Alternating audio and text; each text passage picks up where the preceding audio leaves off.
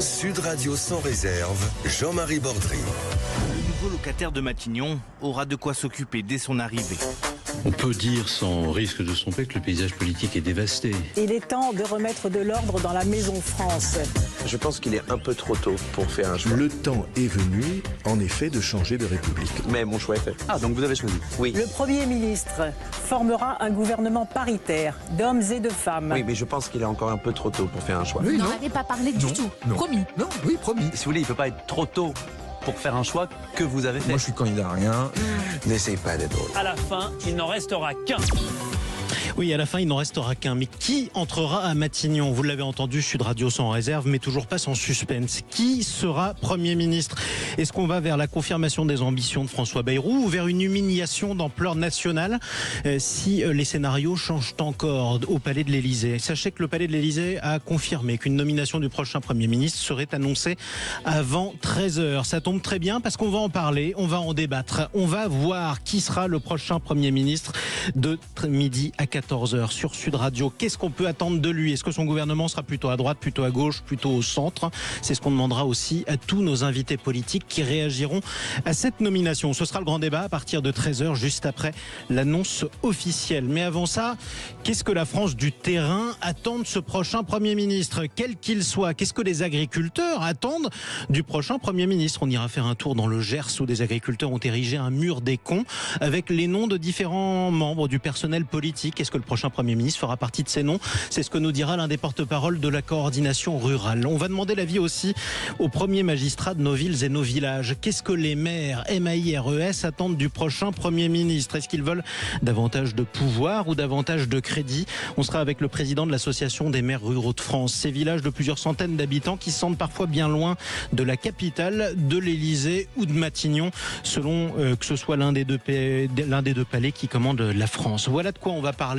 On va aussi parler de ce qu'il y aura dans ce prochain gouvernement. Vous vous rappelez, l'un des ministres les plus emblématiques du gouvernement, c'était le ministre de l'Intérieur, Bruno Retailleau. Est-ce que les policiers souhaitent la poursuite de l'aventure Retailleau? C'est ce qu'on demandera à un policier dans la zone sud, du côté de Marseille, très marqué par le narcotrafic. Voilà pour le programme de la politique. Mais pendant que les scénarios politiciens continuent de tourner à l'Élysée ou alors à Matignon, la Terre, elle, ne s'arrête pas de tourner. On va parler aussi d'une situation absolument dramatique qui pourrait avoir des répercussions directes sur notre territoire, la Syrie. D'abord, ces témoignages absolument bouleversants qu'on a vus à la sortie de cette prison de l'enfer, l'abattoir humain, on l'appelait ainsi, la prison de Sednaya. Comment des gens raflés au hasard, pas du tout djihadistes ou alors militants politiques, ont pu se retrouver arrêtés il y a 40 ans, se retrouver 40 ans dans une cellule à l'insu même de leur famille.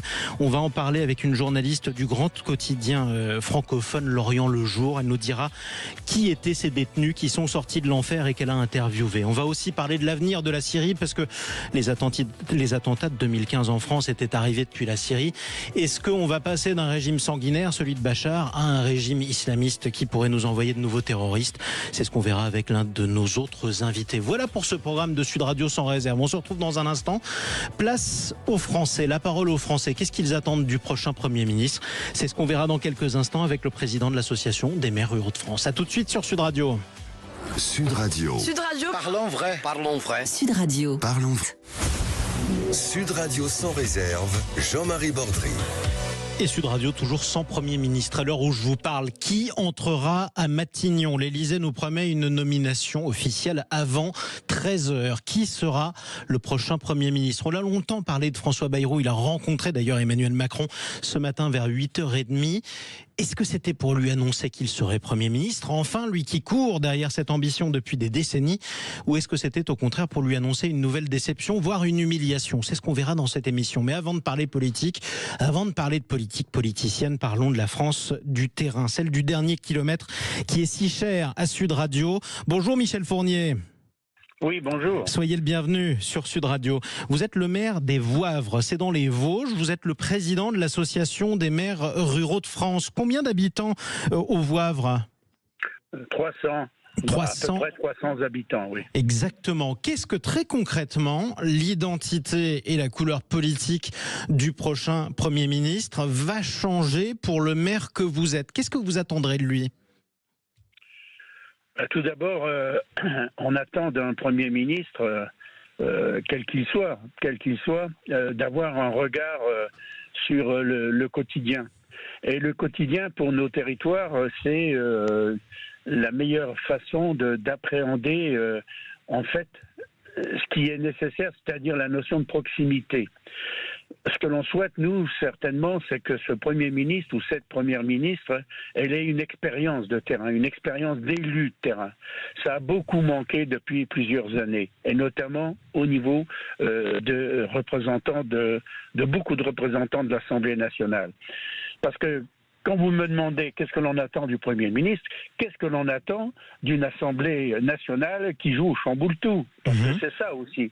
Ça veut dire que les premiers ministres successifs, avec lesquels on a travaillé, avec les équipes, avec les ministres avec lesquels on a travaillé, on avait mis au point certaines manières de fonctionner, certaines décisions. Voilà. Et aujourd'hui, à chaque fois, tout est renouvelé. Aujourd'hui, par exemple, il y a un problème récurrent sur la démocratie locale, c'est permettre à ce que chacun puisse s'investir au niveau communal, au niveau communal ou intercommunal. Et pour cela, il faut que l'on définisse et que l'on redéfinisse un véritable statut de l'élu. C'est une de nos premières priorités. Ça fait partie des vieilles demandes, effectivement, des élus locaux, parce qu'ils sont souvent en plus de plus en plus soit menacés, soit agressés par certains concitoyens qui estiment que tout leur est dû et qui comprennent pas que leur demande ne soit pas satisfaite dans l'instant. Mais si je comprends bien ce que vous venez de dire, et c'est important, Michel Fournier, je le rappelle, président de l'Association des maires ruraux de France, vous finalement, vous n'attendez pas un Premier ministre en particulier. Ce que vous attendez, c'est que les députés ne le censurent pas, quel qu'il soit.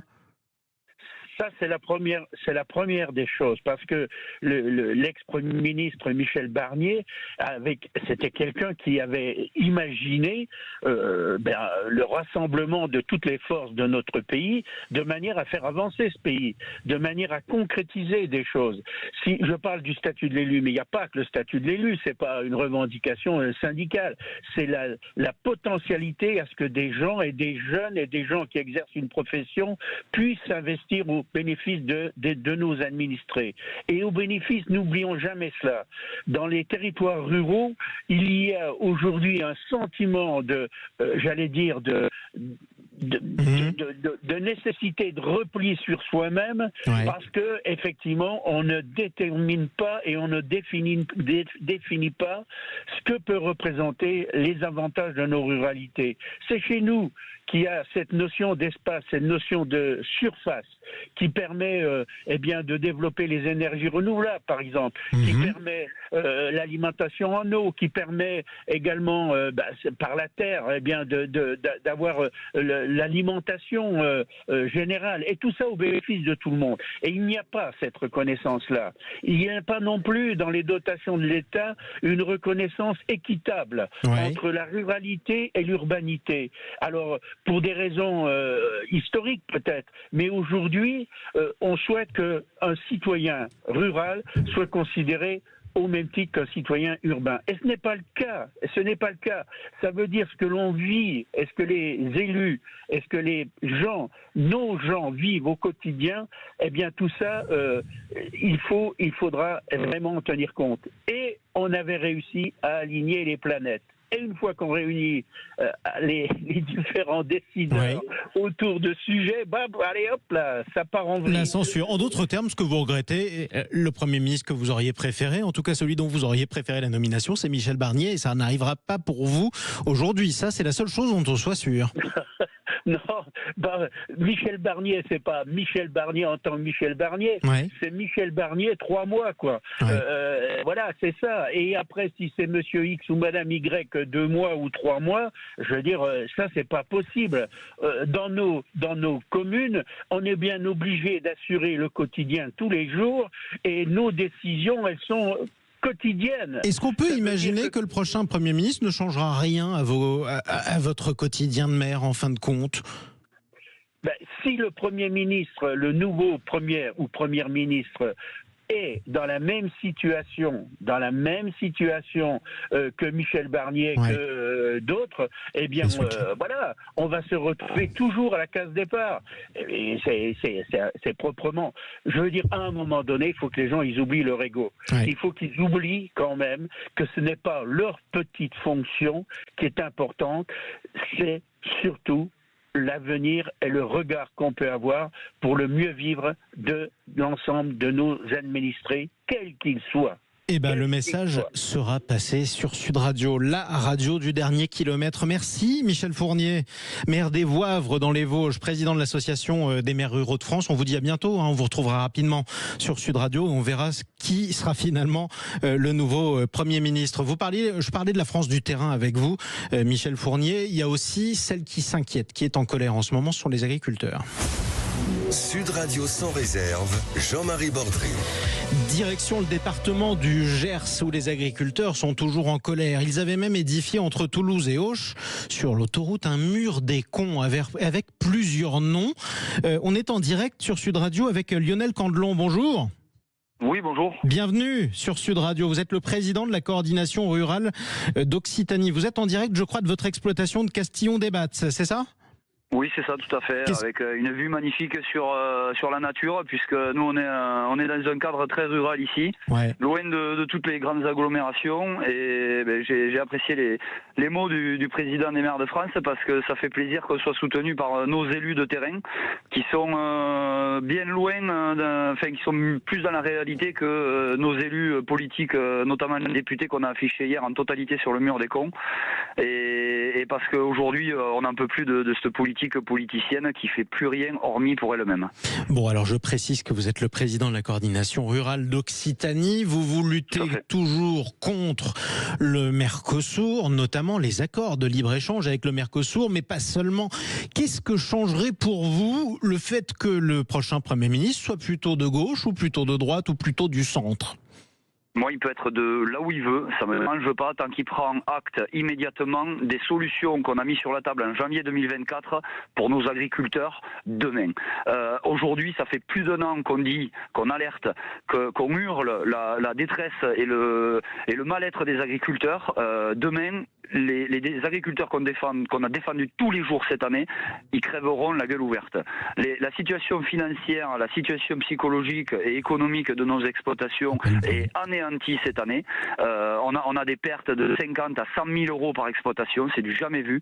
Et aujourd'hui, il faut que le prochain gouvernement se mette en place et au travail immédiatement. Immédiatement au travail, effectivement. J'ai parlé de ce mur des cons, c'était les noms de qui que vous aviez affichés sur ce mur? Ça avait beaucoup choqué. Les 577 députés de l'Assemblée nationale de France, parce qu'aujourd'hui, ce qui se passe dans l'hémicycle est une honte. C'est pour ça que le mur a été érigé en forme d'arc de cercle. C'est la censure que vous avez fustigée.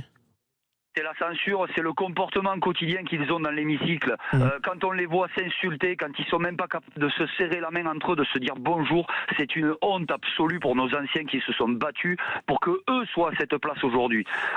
On a vécu tellement d'horreur dans ce pays, de guerre, de massacres, etc.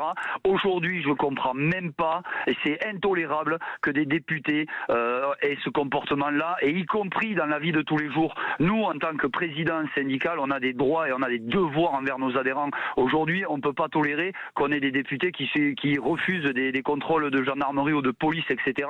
Quand de l'autre côté, on a des CRS qui tapent sur des agriculteurs. Alors, on est sur vous une parlez autre d'exemples planète, très précis, effectivement. Ils ne sont pas si nombreux, ces députés dont vous parlez. Il y en a même très très peu. Ce sont des cas assez particuliers. Mais ceci dit, vous parlez de faits divers qui étaient arrivés, effectivement, il n'y a pas si longtemps. Au-delà de ça, quand je vous entends dire que vous regrettez la censure, la chute du gouvernement Barnier, concrètement, et le fait qu'on doive rebattre les cartes. Vous étiez déjà en colère sous le gouvernement Barnier. Il y avait une ministre de l'Agriculture, Annie Genevard. Est-ce que vous allez la regretter? Est-ce que vous souhaitez, quel que soit le nouveau Premier ministre, qu'elle reste dans ses fonctions? Alors, moi, je regrette pas les personnes. Moi, ce que je regrette, c'est que pour la deuxième fois de l'année, on n'a plus de gouvernement du tout. Et en fait, ce qui se passe, c'est que on n'avance pas sur les décisions à prendre qu'on a demandées depuis maintenant 1 an. Il y a eu une urgence. Les agriculteurs se sont mobilisés grandement en janvier l'année dernière. Il y a une seule chose qui a été actée cette année, alors c'est Annie Genevard, et j'espère qu'elle l'a signé avant de partir, c'est le paiement des aides politique agricole commune, même en cas de contrôle. Parce que jusqu'à maintenant, quand vous étiez contrôlé, et c'est 150 contrôles en moyenne par département, ces 150 agriculteurs-là ne sont pas payés tant que le contrôle n'a pas été validé, renvoyé en papier, etc. Donc vous pouvez perdre 3-4 mois sur le versement des avances d'aide PAC. Ouais. Donc ça, c'est une très très bonne mesure qu'on avait demandé déjà en janvier 2024. Mais c'est la seule chose qui a été actée cette année. Aujourd'hui, on a des exploitations en redressement judiciaire parce qu'ils n'ont plus de revenus depuis 2 ou 3 ans dans le Gers. Ils ont 40 000 € à payer au mois de février. Comment on fait? Comment ils vont faire pour survivre demain? J'ai mon père, désolé, qui prend sa retraite l'année prochaine avec 802 € par mois pour vivre. On va faire comment?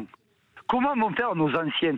Comment on fait pour donner aujourd'hui envie à nos gamins de s'installer demain? Mais moi, je veux pas que mes gamins, à la fin du mois, ils soient en train de faire les fonds de tiroir pour essayer d'aller s'acheter à manger dans un magasin et arriver dans ce magasin-là, de trouver du magret de Pologne congelé il y a plus d'un an, de trouver du jambon qui est fabriqué en Espagne. J'ai rien contre les agriculteurs espagnols, mais ils ont beaucoup moins de normes que nous, ou encore mais de tout et n'importe quoi, du maïs popcorn d'Argentine, alors que dans le département du Gers, on a Nantaïs qui fabrique du popcorn localement. Mais on est sur une autre planète. Tout s'est déconnecté. Là. C'est 577 déconnectés du monde rural. Va falloir qu'ils se mettent, parce qu'ils se sont augmentés encore au mois de janvier 2024 pendant la première colère agricole. Je parle de colère vraiment sur le terrain où on n'avait jamais vu ça. Mais ce qui s'est passé hier, pourquoi on l'a vu hier, ce mur-là de 579 bottes de paille érigées sur une nationale? C'est parce qu'aujourd'hui, il n'y a rien qui a avancé. Ces gens-là, ils s'augmentent comme ça de 350 € en pleine manifestation agricole, mais ils n'ont pas avancé d'1 millimètre pour les agriculteurs cette année. En d'autres termes, ce que vous demandez aux députés, c'est, comme le nom de l'émission de Valérie Expert, tous les jours à 10h45, mettez-vous d'accord une bonne fois pour toutes, en tout cas. Mais écoutez, on passera votre message à tous nos invités. Je voudrais vous remercier d'avoir pris la parole sur Sud Radio ce matin. Merci à vous. Je voudrais vous remercier sincèrement, Lionel Candelon. On reprendra de vos nouvelles, évidemment. Je rappelle que vous êtes le président de la coordination rurale Occitanie. Vous étiez en direct de Castillon-des-Battes dans le Gers. Profitez du paysage quand même, hein. Vous me l'avez décrit, vous m'avez donné envie. On aurait bien aimé vous rejoindre. On voit les Pyrénées avec la neige. Ah, c'est formidable. Écoutez, c'est bien parce qu'en plus, il l'attendait la neige. Voilà, on va se raccrocher aux nouvelles quand même un petit peu positives. Tiens, une information qui nous parvient de nos confrères du journal Le Monde. L'entretien ce matin entre François Bayrou et Emmanuel Macron se serait mal passé. Emmanuel Macron lui aurait annoncé, toujours d'après le journal Le Monde, qu'il ne serait pas Premier ministre. Et François Bayrou aurait refusé d'être le numéro 2 de ce gouvernement. On verra bien qui finira par entrer à Matignon. Si on aura encore un nouveau coup de théâtre, on verra ça avant 14h. On a tout le temps, la nomination est attendue juste avant 13h. Mais pour l'heure, après les problèmes des Français, parlons de la situation absolument dramatique, de ces images absolument bouleversantes. Direction la Syrie dans un instant, à la sortie de la prison de l'horreur, une journaliste qui a interviewé les libérés et qui va témoigner sur Sud Radio. À tout de suite. Ministre, on attend cette annonce avant 13h, heure de la capitale. Sur Sud Radio, évidemment, on vous annoncera qui entrera à l'hôtel de Matignon. Mais avant ça, la Terre continue de tourner. Les images bouleversantes nous arrivent chaque jour, chaque heure, chaque minute sur les réseaux sociaux de ces gens qui sortent de la prison de l'enfer, celle de Sednaya en Syrie. Des gens hébétés, l'air perdus, qui ne croient même pas à la chute du régime de Bachar el-Assad, qui ont vécu manifestement l'enfer et qui racontent qu'ils sont parfois même entrés au hasard. Qui sont ces prisonniers qui ont passé des années, parfois des décennies, dans les geôles du tyran sanguinaire Bachar el-Assad? On en parle avec notre invitée Zeina Antonios. Bonjour. Bonjour. Soyez la bienvenue sur Sud Radio. On est vraiment ravis de vous recevoir parce que d'abord vous êtes journaliste à l'excellent et célèbre journal de référence francophone libanais L'Orient le Jour. Vous êtes présente en ce moment en direct de Damas, c'est ça ? Non, je suis rentrée à Beyrouth, mais j'ai été à Damas cette semaine et j'ai visité, entre autres, la prison de Saïdnaya. Vous avez visité, entre autres, cette prison de Saïdnaya. Donc, c'est une prison la plus célèbre, on peut le dire, du régime syrien de Bachar el-Assad. Qui étaient ces gens qui y étaient enfermés? Est-ce qu'il y a un profil type, d'abord? Non, il n'y a pas vraiment de profil type. Quand on parle aux gens en Syrie, on se rend compte que chaque famille a au moins un au moins une personne disparue dans les prisons Assad. Il y a des familles qui vous parlent de 6, 10, 11 disparus dans la même famille. Donc, évidemment, il y a des prisonniers politiques en Syrie, mais il y a aussi des gens qui ont fait l'objet d'arrestations et un peu discriminatoires ou plutôt aléatoires, arrêtés des fois pour des histoires un peu absurdes ou arrêtés sans qu'on leur donne une raison spécifique. Et on était arrêtés pour un tout ou pour un rien. Donc vous pouvez trouver des civils, des fois même des adolescents, enfin pas vraiment des adolescents, mais des gens très jeunes, vers la fin de l'adolescence, des gens plus vieux. Donc toutes sortes de profils font partie des personnes arrêtées. Et il y a aussi des Libanais, par exemple, dans les prisons syriennes. On a vu aussi des Jordaniens. Les Libanais, c'est surtout des personnes qui ont été arrêtées soit durant la guerre civile, soit durant la tutelle syrienne, et qui ont donc fini dans les prisons d'Assad et dont on n'a aucune nouvelle depuis. Il y a eu juste un Libanais, par exemple, qui vient de rentrer à Beyrouth et les recherches continuent pour les autres. Mais vous vous rendez compte, on parle par exemple de Libanais qui ont été raflés, il n'y a pas d'autre mot, par l'armée syrienne, soit pendant l'occupation syrienne, soit pendant la guerre civile. Ça veut dire que ces Libanais-là, ils sont entrés en prison il y a quoi ? Il y a 20 ans ? Il y a 30 ans ? Oui. Il y a des gens qui ont été emprisonnés dans les années 80, 90. Vraiment, on a des histoires à dormir debout. Le seul problème, c'est que il n'y a pas les autorités syriennes n'ont jamais communiqué. Évidemment, à chaque fois qu'on leur demandait, elles disaient qu'elles n'avaient pas de prisonniers libanais, alors que tout le monde savait qu'ils y étaient. Et en plus, les autorités libanaises, à cause des relations diplomatiques spéciales, disons, avec la Syrie, n'ont jamais osé ouvrir le dossier. C'est donc incroyable. Vous avez des gens qui ont disparu, voilà, dans les années 80. Et dont on a complètement perdu la trace. Donc le Liban ne sait même pas aujourd'hui combien de ses enfants ont croupi pendant des années ou des décennies dans les geôles de Bachar et d'Hafez el-Assad. C'est incroyable. Qu'est-ce qu'ils ont subi ? Vous avez visité cette prison. Qu'est-ce que ça vous disait des conditions de vie de ces prisonniers ? Écoutez, alors juste pour information, certes nous avons visité cette prison qui heureusement attire l'attention aujourd'hui des médias occidentaux, mais il faut savoir qu'il y a beaucoup d'autres prisons en Syrie où les conditions sont tout autant déplorables, comme la prison de Palmyre, la prison de Souaïda et d'autres. Mais pour revenir à Saïdnaïa que j'ai pu voir, et je pense que c'est un exemple de ce qu'on voit dans les autres centres d'incarcération, c'est évidemment des conditions de détention difficiles, de la saleté, de l'humidité, des cellules, on les a vues à l'état où elles ont été laissées avec des couvertures très fines, juste pour s'asseoir par terre, même pas de matelas. Vraiment de l'insalubrité et on a vu aussi une corde utilisée pour les exécutions. Vraiment c'est macabre. C'était macabre. Justement, vous parlez de cette corde utilisée pour les exécutions. Vous étiez sur le terrain, vous y êtes allé en Europe, en Occident et en particulier en France. On raconte aujourd'hui que cette prison était surnommée l'abattoir humain. D'abord, est-ce que c'est vrai ? Est-ce que ce surnom existait ? Et ensuite, est-ce qu'il est vrai que des milliers et voire des dizaines de milliers de personnes, je reprends l'exemple de Saïdnaïa, mais il doit y avoir d'autres prisons, ont été exécutées dans ces prisons-là?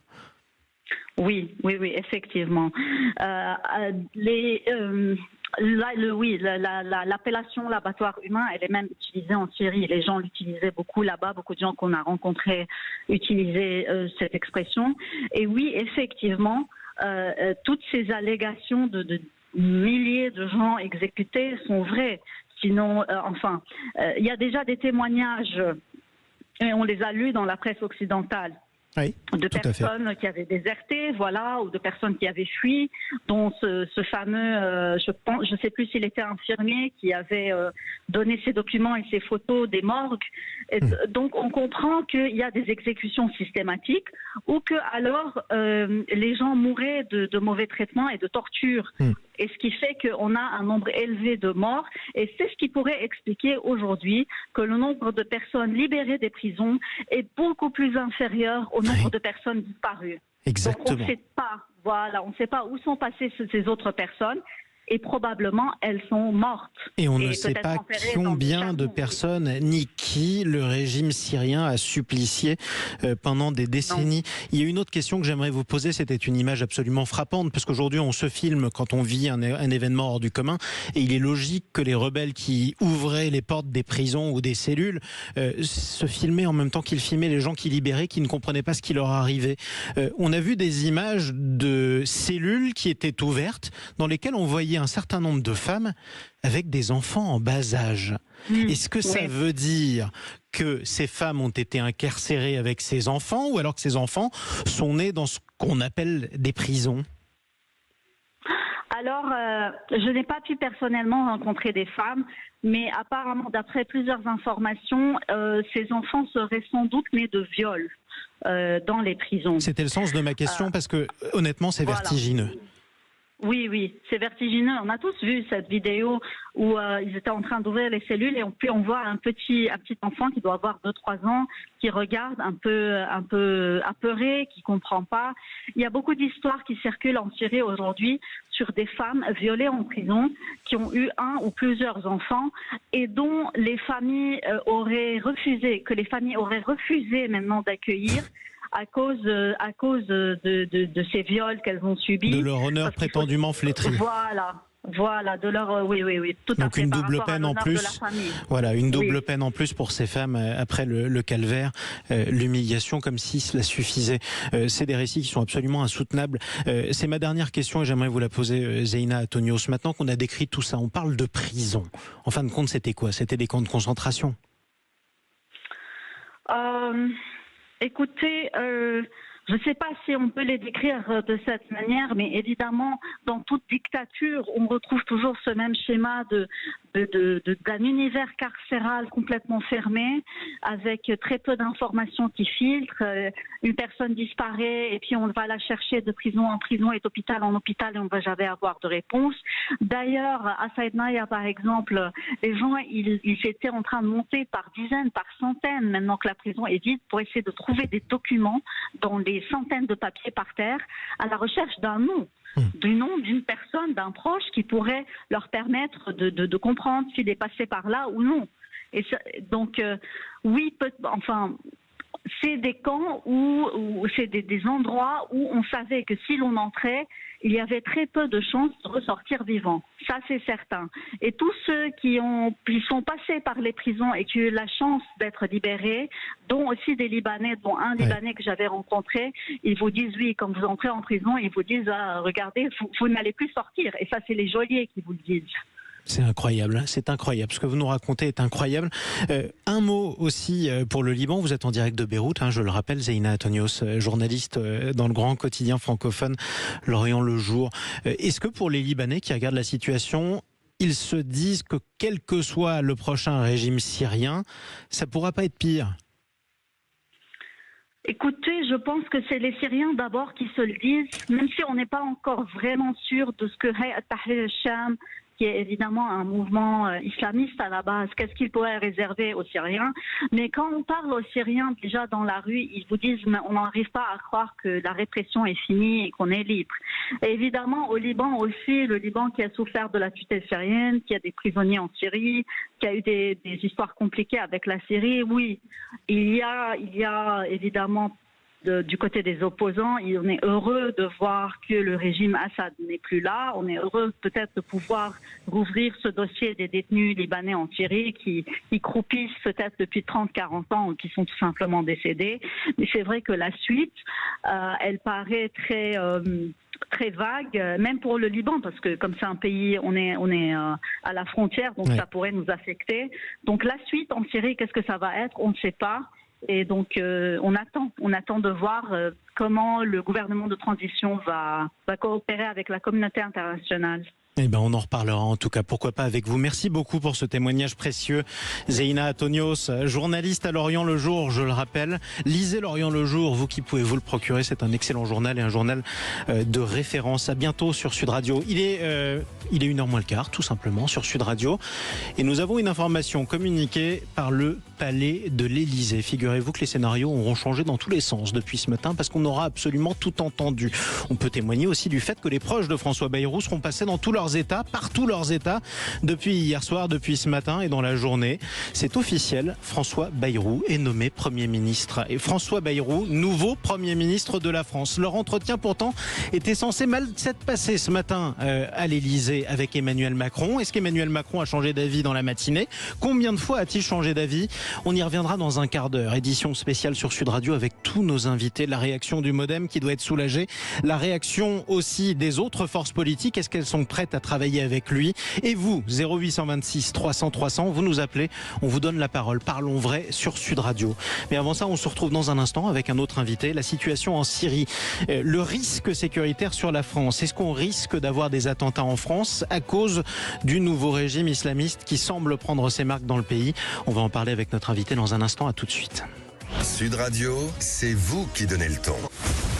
Sud Radio sans réserve, Jean-Marie Bordry.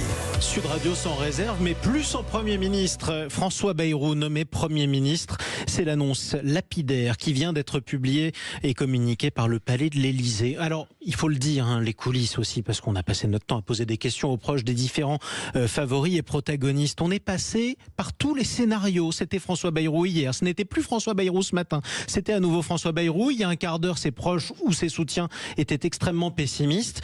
Vraie question, est-ce qu'Emmanuel Macron a changé 15 fois d'avis ou est-ce qu'il avait une idée derrière la tête depuis le début mais il voulait faire tourner tout le monde en rond? Que s'est-il passé? On en parle avec notre premier invité, Jean-Christophe Gallien, bonjour. Bonjour. Vous êtes communicant politique, vous êtes politologue également.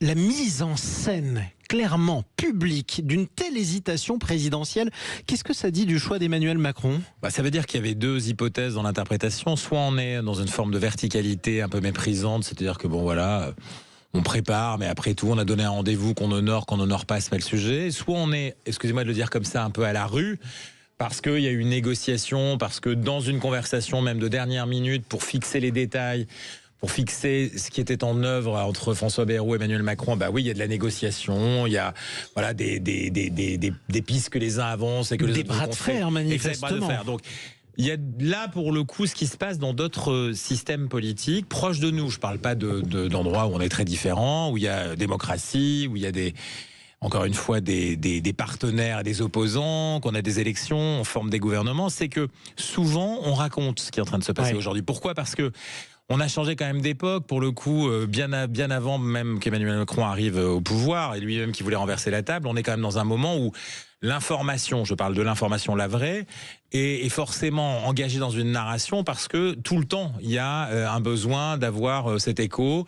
Et les chaînes d'information, les radios, bien avant elles, et ainsi de suite, elles sont là pour, évidemment, participer de cette narration. Si vous fermez le banc, si vous coupez le robinet de l'information, et notamment parce que parfois vous avez envie d'éviter de raconter ce qui est en train de se passer, à ce moment-là, il faut le faire dès le départ et pas mettre en scène le vide tel qu'il peut apparaître. Sauf que c'est précisément ce qui s'est passé. On est passé par tous les scénarios. Alors, on a plusieurs représentants politiques qui viennent de nous rejoindre dans le plateau. Je présente et on accueille avec plaisir Céline Hervieux. Bonjour. Bonjour. Porte-parole du Parti Socialiste, nouvellement élu député de la 11e circonscription de Paris. Bienvenue sur Sud Radio. Nous sommes également avec Andrea Cotarac. Bonjour. Bonjour. Porte-parole du Rassemblement national. Alors là, j'ai des représentants de deux partis qui ont censuré Michel Barnier. Est-ce que vous allez censurer François Bayrou? Première question, Céline Hervieux. Écoutez, il est encore un petit peu tôt pour le dire. Nous avons évoqué... alors déjà, on vient d'avoir l'information effectivement sur François Bayrou. Donc on vient d'assister quand même depuis quelques heures, depuis hier, à un cinéma, il faut quand même le dire, où le roi Macron, une fois de plus, nous a emmenés sur des chemins et tout le monde faisait des allers-retours. Et donc finalement, il a fini par prendre sa décision. Honnêtement, c'est extrêmement décevant. Je veux le dire d'abord en premier lieu.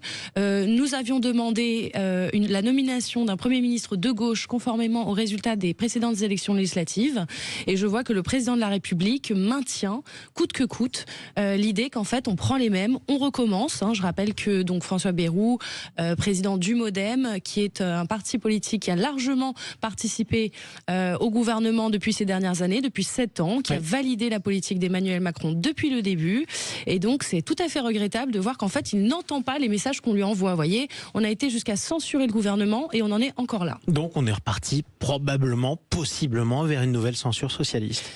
Ça dépendra. Pour l'instant, nous, on ne se positionne pas sur la censure a priori. Si les ministres socialistes étaient accueillis, étaient invités à rejoindre le gouvernement?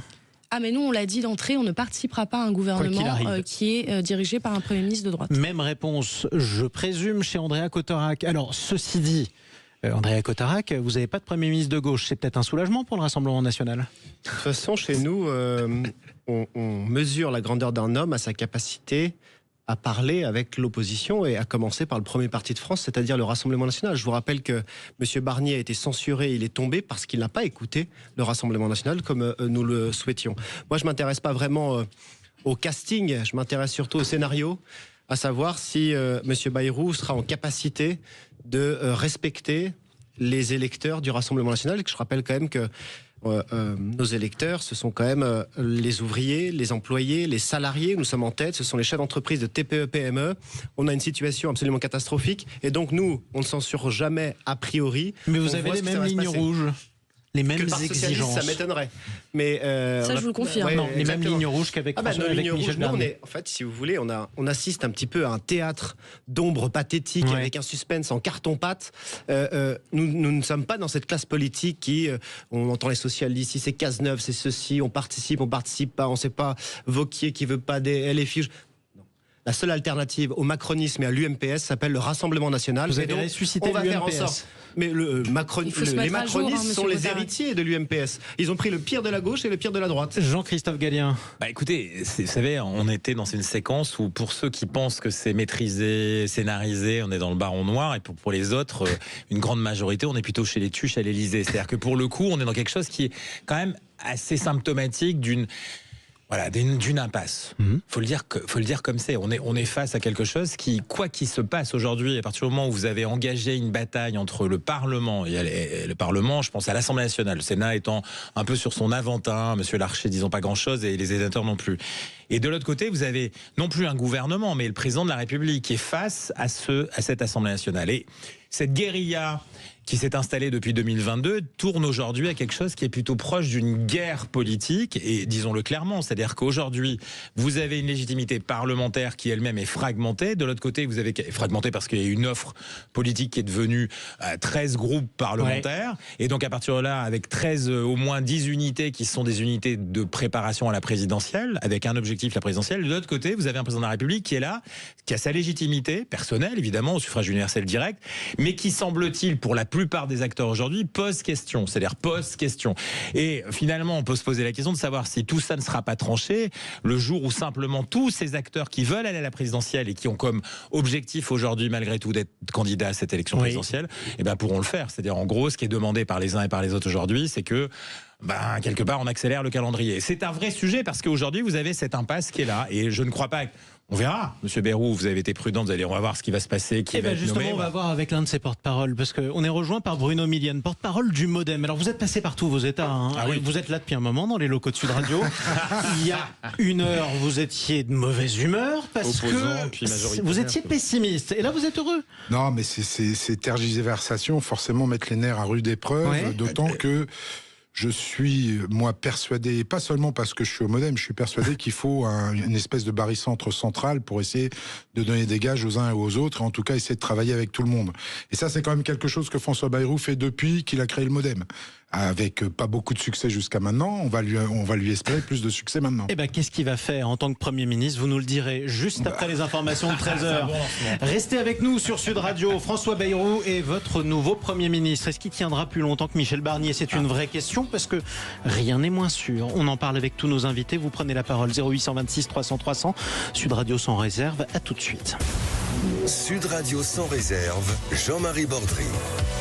Abemous Papa, mais en tout cas Premier ministre. La fumée blanche est sortie du palais de l'Élysée. Ce sera François Bayrou qui entrera à Matignon. C'est ce qu'a annoncé de manière lapidaire dans un communiqué le palais de l'Élysée. François Bayrou, nouveau Premier ministre pour succéder à Michel Barnier. Les scénarios auront changé jusqu'au bout. Le suspense aura duré jusqu'au bout. Que fera François Bayrou de plus ou de mieux que Michel Barnier? Durera-t-il plus longtemps à Matignon que Michel Barnier? Vraie question qui se pose. Est-ce que ce sera sera un gouvernement davantage au centre. Était-ce possible d'être davantage au centre qu'avec Michel Barnier? C'est une autre question qu'on pourrait se poser. Sachez qu'on en débat avec tous nos invités, avec vous. Prenez la parole. 0826 300 300. Il y a peut-être des Béarnais qui nous écoutent. Tiens, Bayrou à Matignon. Est-ce que ça vous plaît ou pas du tout? Vous êtes mieux placé que les autres pour le connaître. Dites-nous ce que vous en pensez. On vous donne la parole. On est avec Jean-Christophe Gallien, communicant politique, politologue, Céline Hervieux, porte-parole du PS, Andrea Cotarac, porte-parole du Rassemblement national, et Bruno Millienne, porte-parole du MoDem. Bruno Millienne, qui était prêt à censurer un nouveau gouvernement il y a quelques heures, mais qui maintenant est heureux comme tout, parce que François Bayrou entre à Matignon. Les autres qui s'apprêtent quand même à censurer probablement un gouvernement Bayrou. Bruno Millienne, comment vous avez vécu, il n'y a pas d'autre mot, cette valse-hésitation publique, savamment entretenue, ce rendez-vous à 8h30 annoncé publiquement par Emmanuel Macron avec François Bayrou, rendez-vous qui s'est mal passé au vu et au su de tout le monde, pour qu'à la fin, le président de la République change d'avis et finisse par le nommer. C'est cruel. Alors, je vais vous dire exactement ma matinée, comme ça va être clair. Quand il y a le rendez-vous à 8h30 avec François Bayrou, que je vois qui dure 1h45, bien évidemment, comme beaucoup de gens, je pense que c'est bon, que François Bayrou est nommé Premier ministre. On ne garde pas quelqu'un comme François Bayrou aussi longtemps simplement pour faire de la calinothérapie. En plus, c'est pas le genre de la maison, la calinothérapie, avec François Bayrou, pour lui expliquer qu'il ne sera pas Premier ministre. Donc, j'étais plutôt confiant et j'attendais le communiqué de presse de l'Élysée assez rapidement. Ce qui s'est passé à l'intérieur, ce qui s'est passé ensuite, mais les amis, je suis comme vous, je n'en sais rien. Parce que tout ça n'est que rumeur et moi je ne donne pas cours à la rumeur. Je ne sais pas si ça s'est bien passé ou pas et si ça s'est mal passé, pour quelles raisons. Est-ce que ça a chopé sur des noms d'éventuels ministres au gouvernement ou pas? On n'en sait strictement rien. Donc moi je veux bien qu'on traîne toutes les hypothèses. Vous allez nous dire que tout s'est bien passé. Vous allez nous faire croire que vous pensez que tout s'est bien passé. Je ne sais pas la teneur. Je ne comprends pas les tergiversations. C'est pas la même chose. Moi ce qui m'a mis en émoi, c'est les tergiversations et le temps. Pourquoi Emmanuel Macron a autant hésité? Mais j'en sais rien. Peut-être que ça a chopé sur un nom. Peut-être que François Bayrou voulait imposer ça respire pas la confiance. C'est pour ça que je pose ça comme question. Mais c'est quand même normal. Pourquoi c'est normal qu'il fasse pas confiance? C'est normal entre un président qui a quand même. C'est un peu François Bayrou, c'est un peu sa dernière carte à jouer. On va être honnête. Après, il n'en reste pas beaucoup. Il y a quand même un choix, programmatique, de personnalité qu'on va mettre au gouvernement, qui est forcément pas anodin. Jean-Christophe Gallien. On peut entendre ce que dit Bruno avec justesse, certainement. Maintenant, c'est pas le premier rendez-vous de la série, de cette série-là avec François Bayrou. Il y a eu un travail qui s'est fait en 3 temps. C'est pour ça d'ailleurs que tout le monde imaginait, même autour dans la classe politique et autour, que on s'orientait vers cette solution. Donc on peut imaginer aussi que la négociation sur les enjeux gouvernementaux, les géographies de ce futur gouvernement, évidemment, était celle qui était discutée jusqu'à la fin. Et ça, on le sait que c'est toujours compliqué, que c'est toujours difficile, que c'est toujours précis, qu'un nom en chasse l'autre et que l'équilibre est bougé. On parle d'équilibre politique dans ce contexte-là, évidemment, et parfois de géographie, évidemment de genre. Voilà, il y a beaucoup de paramètres qui rentrent en ligne de compte. Évidemment, François Bayrou, c'est quelqu'un qui, contrairement à ce qui est raconté ça et là, n'est pas quelqu'un de facile. C'est pas centriste, veut pas dire qu'on est en acceptation de tout. Bien au contraire, c'est quelqu'un qui a toujours une réputation de fin négociateur et de dur négociateur, qui peut aussi, Bruno Millienne pourrait peut-être nous le révéler, se cabrer et dire je sors de la pièce si ça me va pas. Et donc on est dans ce contexte-là. Ce qui est dommage, si vous voulez, dommage dans le contexte d'une démocratie non pas apaisée, parce qu'elle n'est pas tout à fait apaisée, mais en tout cas même parlementaire renouvelée, c'est de se dire qu'on a besoin de temps en temps d'avoir le fil de ce qui se passe. C'est-à-dire que depuis l'Élysée à tout le moins, peut-être davantage que du point de vue de François Bayrou, on peut dire qu'il y a pas des difficultés, mais qu'on est en train de travailler, qu'on est en train de peaufiner, de préciser. Vous êtes en train de dire qu'Emmanuel Macron ne savait pas où il allait? Eh bien, c'est ça, je vous dis, c'est soit cette verticalité un peu méprisante qui est l'accusation faite à Emmanuel Macron depuis longtemps, associée à un cynisme qui est lui revendiqué. Et de l'autre côté, il pouvait aussi avoir un Élysée qui, malgré cette capacité-là, est un peu, je le redis, à la rue à un moment donné. Et donc, soumis à la pression de son interlocuteur, qui est peut-être la dernière chance, vous parliez de la dernière chance de François Bayrou, c'est pas loin d'être la dernière chance d'Emmanuel Macron. Si vous voulez, sur ce moment-là, si ça se casse la figure... alors voilà. Si ça se casse la figure là, derrière, c'est compliqué. Derrière, la pression sur lui est tellement forte qu'un jour, d'ailleurs, certains partis politiques qui ne sont pas présents ici pourraient avoir envie de transféré à la rue, si vous voulez. Donc on en est là. Parler de la France insoumise. Je peux le préciser. Oui, mais sans dire que je les critique par rapport à ça. Je dis simplement que c'est une version qui a été proposée déjà. Mais écoutez, en tout cas, moi je vais vous lire les premières réactions de la France insoumise, notamment le coordinateur du mouvement Manuel Bompard. Après 8 jours, je cite, je me permettrai pas, après 8 jours de vaudeville, Bayrou est nommé Premier ministre. C'est un nouveau bras d'honneur à la démocratie. Nous avons Mathilde Panot également qui nous dit une candidature de plus au sursis d'Emmanuel Macron. Est-ce que ça veut dire, est-ce que vous êtes d'accord, Céline Hervieux, pour dire que si Bayrou échoue, c'est Emmanuel Macron qui se retrouvera tout seul face au mécontentement des Français ? Ah mais il est déjà seul face au mécontentement. Et en fait, ce qui est terrible, c'est que si vous voulez, on est dans un régime qui est hyper présidentialisé. Et quand vous avez une telle fonction qui rencontre un tel homme comme Emmanuel Macron et sa personnalité, si vous voulez, on a le sentiment qu'en fait, tout doit tourner autour de lui. Et je trouve que la séquence qu'on vient de vivre montre à quel point il veut être au centre du jeu. Tout le monde a tourné, mais ils ont même fait plusieurs fois le tour pour le coup. Mais en fait, c'est insupportable parce qu'il faut savoir, il suffit d'écouter les gens, les Français, qui expriment leur colère vis-à-vis de ce président de la République qui ne les entend pas. Il n'entendait pas déjà au moment des Gilets jaunes, déjà au moment de la réforme des retraites. Il n'entend pas ce qui vient du peuple dans la rue. Il ne l'entend pas quand il se déplace massivement pour aller voter, pour aller dire stop, nous ne voulons plus de votre politique de l'offre qui nous met en difficulté.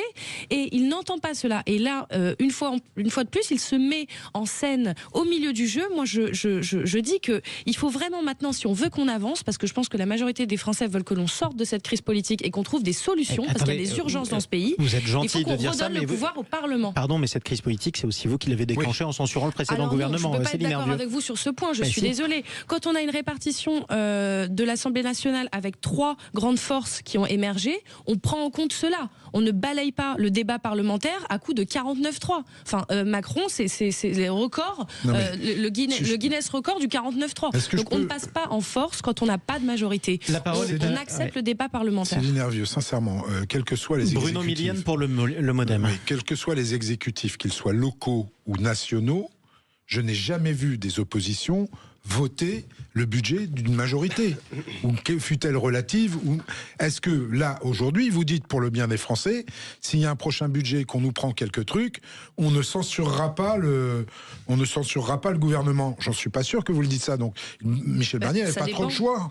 Parce que traditionnellement, si vous votez le budget quand vous êtes de l'opposition, c'est que vous êtes dans la majorité. Donc vous êtes en train de dire que François Bayrou sera obligé de faire pareil que Michel Barnier? Non, il va falloir discuter très sérieusement avec tout le monde. Et au moins, il l'avait fait ou pas? Je ne sais pas, moi je suis pas à la place de Michel Barnier, mais il ne l'avait pas fait. Donc il va falloir discuter très sérieusement et s'assurer à tout le moins qu'il n'y aura pas qu'il y aura de l'abstention. Et pas de censure. Effectivement, on va en parler, en tout cas avec vous tous. Qu'est-ce que le Rassemblement national s'apprête à faire? Je donnerai la parole au porte-parole du parti dans quelques instants, Andrea Cotarac, mais je vous propose d'écouter votre président d'abord. À tout seigneur, tout honneur, Jordan Bardella, qui a réagi quelques secondes après la nomination officielle de François Bayrou à Matignon. Bonjour à tous.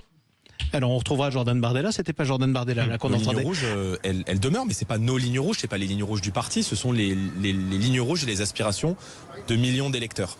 Emmanuel Macron est un président bunkerisé, qui a fait le choix d'un nouveau Premier ministre. Ce nouveau Premier ministre doit prendre en considération la nouvelle donne politique et il doit entendre qu'il n'a pas de légitimité démocratique ni de majorité à l'Assemblée nationale, ce qui suppose donc un dialogue nécessaire avec l'ensemble des forces représentées au Parlement, c'est-à-dire un respect à l'égard de tous les Français, y compris les Français qui n'ont pas voté pour Emmanuel Macron lors des dernières élections européennes et législatives. C'était Jordan Bardella pour le Rassemblement national. Pas de censure du RN a priori contre François Bayrou. En revanche, les mêmes lignes rouges qui ont conduit à la censure de Michel Barnier. Est-ce qu'on est reparti pour 90 jours? C'est la durée de vie du gouvernement Barnier. Est-ce que François Bayrou pourra dépasser ces 3 mois à Matignon? C'est ce qu'on va voir avec tous nos invités. Restez avec nous sur Sud Radio. Prenez la parole, tiens, 0826 300 300. Bayrou à Matignon. Qu'est-ce que vous en pensez? Venez nous le dire. À tout de suite. Sud Radio sans réserve, Jean-Marie Bordry. Il est béarnais, il était maire de Pau. Bayrou. C'est François Bayrou. Il est aussi haut commissaire au plan depuis 4 ans, sachez-le. Et il entre à Matignon. C'est notre nouveau Premier ministre. François Bayrou, nommé par Emmanuel Macron. Qu'est-ce qu'il va faire? Combien de temps va-t-il tenir? Qui est vraiment François Bayrou? Et qu'est-ce qu'il peut faire de plus ou de mieux ou de plus durable que Michel Barnier? C'est la question, l'une des questions, ça fait partie des questions en tout cas, qu'on se pose avec nos invités. Jean-Christophe Gallien, communicant politique. Céline Hervieux, porte-parole du PS. Andrea Cotarac, porte-parole du RN. Bruno Millienne, porte-parole du MoDem. Andrea Cotarac, on l'entendait à l'instant, votre président Jordan Bardella, pas de censure a priori, mais les mêmes lignes rouges. Concrètement, vous demandez exactement à François Bayrou la même chose qu'à Michel Barnier, qu'il cède sur toutes vos exigences. Pourquoi est-ce qu'on demande exactement la même chose? D'abord, parce que la situation politique et les rapports de force n'ont pas changé. Le RN est le premier groupe à l'Assemblée nationale, que ce soit Bayrou, Barnier ou un autre. Et deuxièmement, parce que nous sommes cohérents. Parce que nous sommes cohérents. Non, mais il faut être précis. Le premier groupe, c'est le RN. Enfin, il n'y a pas de débat là-dessus. Par ailleurs, moi, je vous écoute tous les uns et les autres, et je me pose la question, et les Français dans tout ça?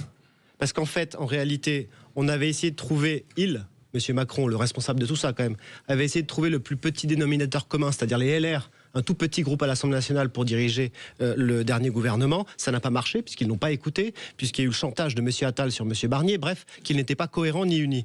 Aujourd'hui, on va chercher un tout petit dénominateur, encore plus petit que les LR, c'est le MoDem. On verra bien si M. Bayrou nous écoute, tout simplement. Parce que moi, je pense aux Français, le dernier budget, ils voulaient supprimer l'allègement des charges pour les entreprises, à l'heure où 66 000 boîtes sont devant les tribunaux de commerce. Ils voulaient dérembourser certains médicaments à l'heure où un Français sur 3 refuse de se faire soigner pour des raisons financières. Ce budget qui nous avait été présenté était mauvais et il a été censuré. Si M. Bayrou ne nous écoute pas, s'il n'écoute pas le premier parti de France la prochaine fois, il sera censuré aussi. Tout simplement parce que les rapports de force n'ont pas changé et que les Français attendent plus de pouvoir d'achat. On attend que la France du travail ne soit pas taxée, mais qu'on aille chercher l'argent dans le train de vie de l'État. On attend de M. Bayrou, qui est un européiste, qu'il aille diminuer la contribution de la France à l'Union européenne. Bref, tout ça est aujourd'hui sur la table et nous sommes des constructifs, nous sommes des bâtisseurs et nous sommes prêts à discuter avec M. Bayrou. Quelle concession vous êtes prêt, Bruno Millienne, à faire au Rassemblement national? Non, mais on n'est pas dans le domaine des concessions, c'est ce que vous n'avez pas compris. Ce qui nous différencie de tous les autres... Je n'ai pas parlé de ça, moi. J'ai parlé de construire. Tous les autres, c'est qu'il n'y a pas de ligne rouge et il n'y a pas de concession. Et on prend les préoccupations des Français les unes derrière les autres et on voit comment on peut construire des majorités à l'Assemblée nationale pour répondre à leurs besoins. Mais le RN, c'est pas la question du RN ou pas. Enfin, si vous voulez pas travailler avec nous, ça commence mal. Non, mais c'est pas la question du RN ou pas. Le problème, c'est qu'est-ce qu'on fait? Moi, c'est plus une question de parti. Je suis désolé de vous le dire. Pas plus le RN que les autres. Mais il y a quand même 11 millions d'électeurs derrière le RN. C'est de répondre aux préoccupations des Français. Oui. Ça, il faut que l'Assemblée nationale... C'est la même chose. Mais est-ce que vous pouvez vous mettre d'accord avec d'autres partis pour dépasser... Mais on se mettra d'accord avec tous ceux qui feront avancer le pays dans le bon sens et dans l'intérêt des Français. Et si jamais ils vous répondent non? Ils en prendront la responsabilité. Et ils vous censureront. Au bout d'un moment, on ne peut pas être tenu pour responsable à la place de gens qui ne veulent pas faire avancer le pays. Donc vous êtes en train de me dire que vous courez droit à la censure? Moi, je regarde l'Assemblée nationale depuis la dissolution. Ouais. Je suis désolé, c'est lamentable. C'est une cour de récréation de gamins prépubères. Mais qui est responsable de cela? C'est M. Macron ou pas? Il y a eu une dissolution. Je veux bien qu'on discute de théâtre, etc. Il y a eu une dissolution. Qui est le responsable? On ne va pas revenir en arrière. Il y a eu une dissolution, il y a eu une tambouille derrière. Il y a du MoDem qui a été qui a travaillé avec l'extrême gauche notamment dans ma circonscription. Il y a eu une dissolution. On a volé l'élection à des Français. Il y a eu une dissolution dont acte. On ne va pas passer notre vie de politique sur la dissolution. Elle est faite, on ne reviendra pas en arrière, c'est pas retour vers le futur. Non. Donc à partir de ce moment-là, les gens ont voté, mais vous le voyez tous, certes, il y a eu 11 millions d'électeurs pour le Rassemblement. Certes. Non mais moi je ne l'ai jamais caché, mais il y a eu 11 millions d'électeurs pour le Rassemblement national, pour autant vous n'avez pas la majorité absolue. Donc ce que demandent les gens, c'est qu'effectivement on travaille pour le pays et pas pour nos partis. Quand vous aurez intégré ça dans votre logiciel à l'Assemblée nationale, on l'a intégré depuis longtemps au RN. Ça marchera beaucoup mieux. Alors tiens, on va donner la parole aussi à une autre chef de parti, c'est Marine Tondelier. Elle dirige Europe Écologie Les Verts, elle fait partie du nouveau Front Populaire.